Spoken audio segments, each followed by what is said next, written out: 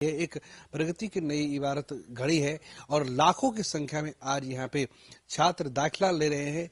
उन्हें उन्हें उनकी समय से परीक्षा हो रही है, उनका समय से कोर्स पूरा हो रहा है।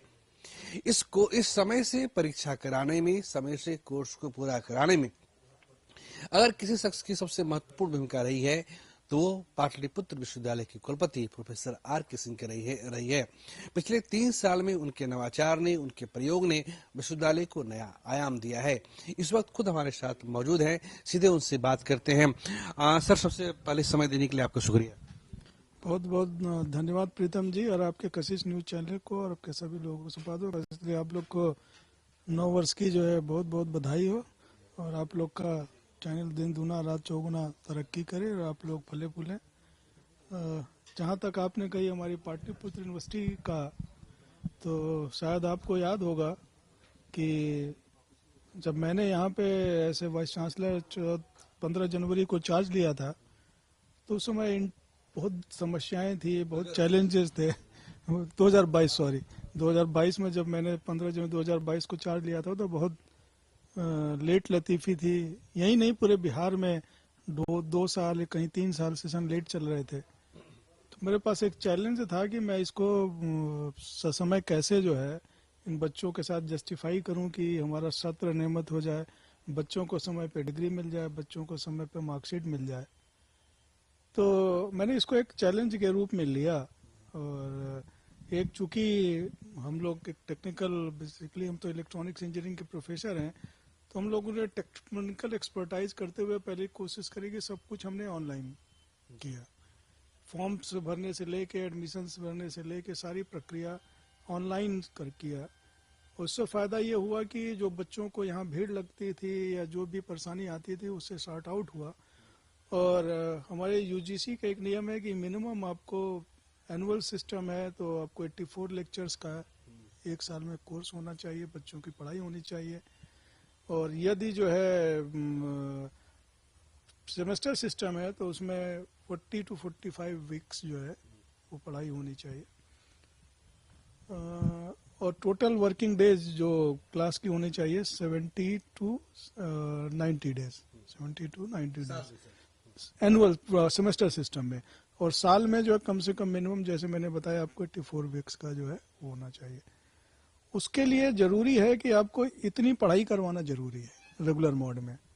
तो मैंने उसी को बेस लेते हुए अपने सेमेस्टर सिस्टम रहा हो या एनुअल सिस्टम रहा हो तो उसको एक्सपेडाइट कर दिया।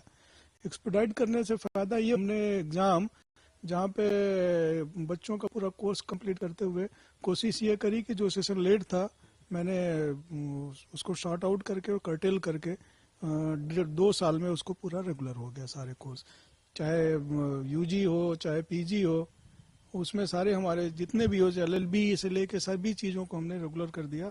और इसका आप लोगों ने सुना होगा, अभी हमने 4था कन्वोकेशन किया, और हमारी एक प्राथमिकता ये भी थी कि जो है सभी बच्चों को डिग्री और मार्कशीट जरूर मिल जाए। तो उसके लिए हमने कन्वोकेशन कराया, और मार्कशीट भी हम अब जो बच्चों को यहाँ नहीं आने देते हैं, कॉलेज भेज देते हैं उनकी मार्कशीट भी, और डिग्री भी बच्चों को हम कॉलेज में भेज देते हैं जिससे वहाँ से मिल जाए उनको। और हमारी कोशिश ये होती है कि सिर्फ चूंकि प्राइवेट कॉलेजों में हम नहीं भेजते, तो हम प्राइवेट कॉलेजों के लिए 4, 5, 6 कॉलेजों में हमने सेंटर बनाया हुआ है, वो बच्चे वहाँ से डिग्री कलेक्ट कर लेते हैं। विश्वविद्यालय है, उसके कुलपति बनने जा रहे हैं। पहली बार आपको ऑफर हुआ होगा या फिर आप आए होंगे, तो सर क्या भावना से आए थे, क्या मन में चल रहा था आपको यहाँ पे आने के पहले? क्योंकि सर आप उत्तराखंड के हैं, टेक्निकल बैकग्राउंड है सर आपका, थोड़ा सर इसके बारे में बताया जाए।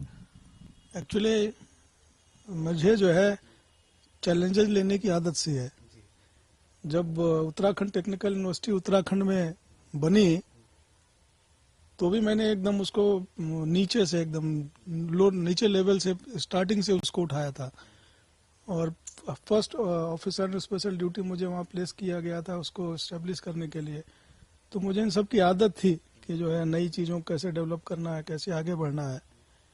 तो उसको भी मैंने यहाँ पे आके जो है फील किया और इसको एंजॉय करके किया। मैंने अपना जो भी काम किया यहाँ पे, मैंने उसको दिन प्रतिदिन उसको एंजॉय करके किया। ये नहीं कि मैं कोई उस बेमन से या उस पे कर रहा हूँ।